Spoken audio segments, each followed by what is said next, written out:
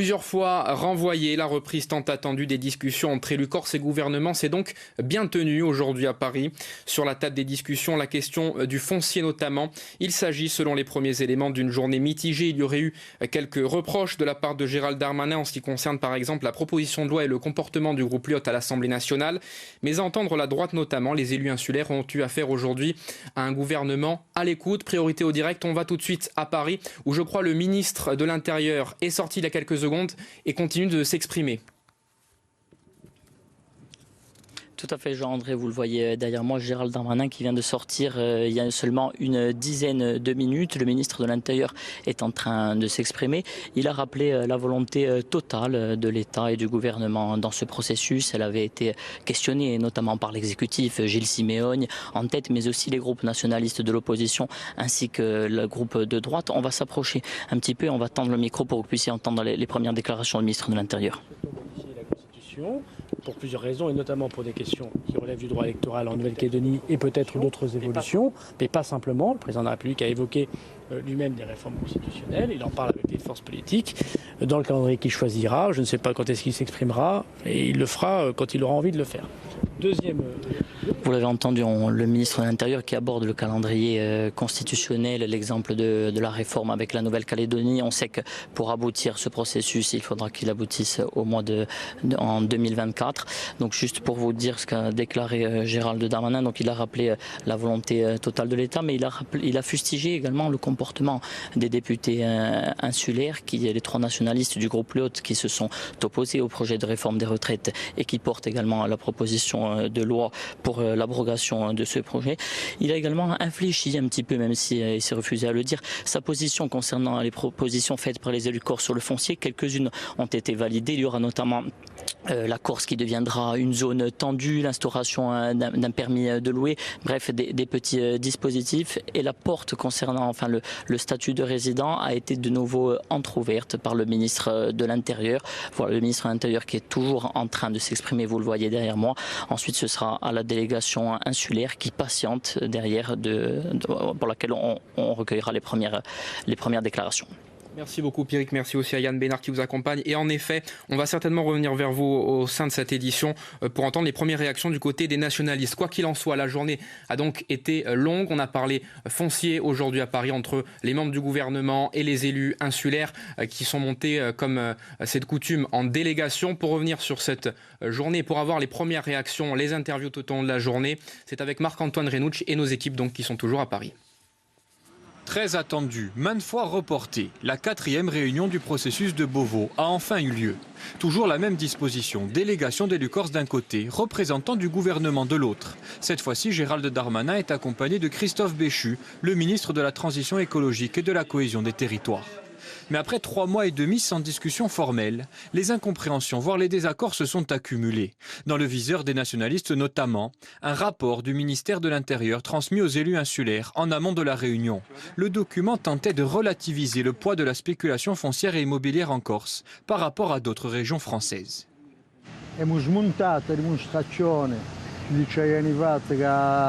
Un cuglione corso era simile a certe cuglioni francesi, abbiamo smontato completamente, abbiamo spiegato che la speculazione c'era, chi era all'origine della speculazione, abbiamo discusso un buon momento a Nantes qui, non è avuto contraddizioni a Nantes. Selon nos informations, la matinée a aussi été marquée par un tiam et rispondi entre Gilles Simeone et Gérald Darmanin. Le président de l'exécutif se serait lancé dans un plaidoyer en faveur de l'autonomie. Le ministre de l'Intérieur aurait répondu, une nouvelle fois, que les propositions des élus corses en la matière étaient selon lui trop faibles. Du côté de la droite, les mesures proposées en matière de foncier ne nécessitent pas une modification de la Constitution. Après un premier accueil réservé de la part du ministère de l'Intérieur, Jean-Martin Mondologne, qui a dû sortir prématurément de la réunion, nous informe que leurs propositions auraient finalement été entendues. Notamment sur la pérennité du GIRTEC, notamment sur la capacité à défiscaliser pour un certain nombre de ménages qui veulent avoir pour résidence principale des biens aujourd'hui qui sont non vacants, puisqu'en Corse on parle de crise du logement.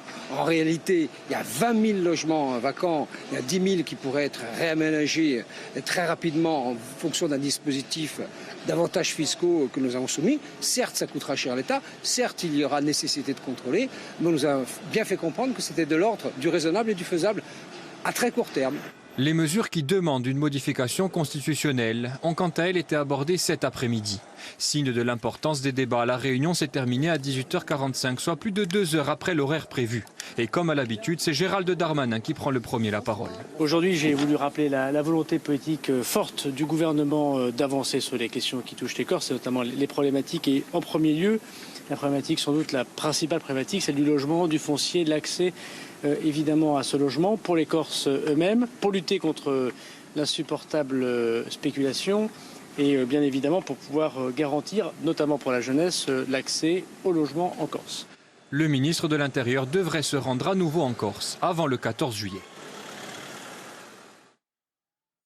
Tout de suite à Paris où je crois Gilles Simeoni est en train de s'exprimer pour la première fois à la sortie de la réunion. Opinion politique, donc les acquis de la journée d'aujourd'hui.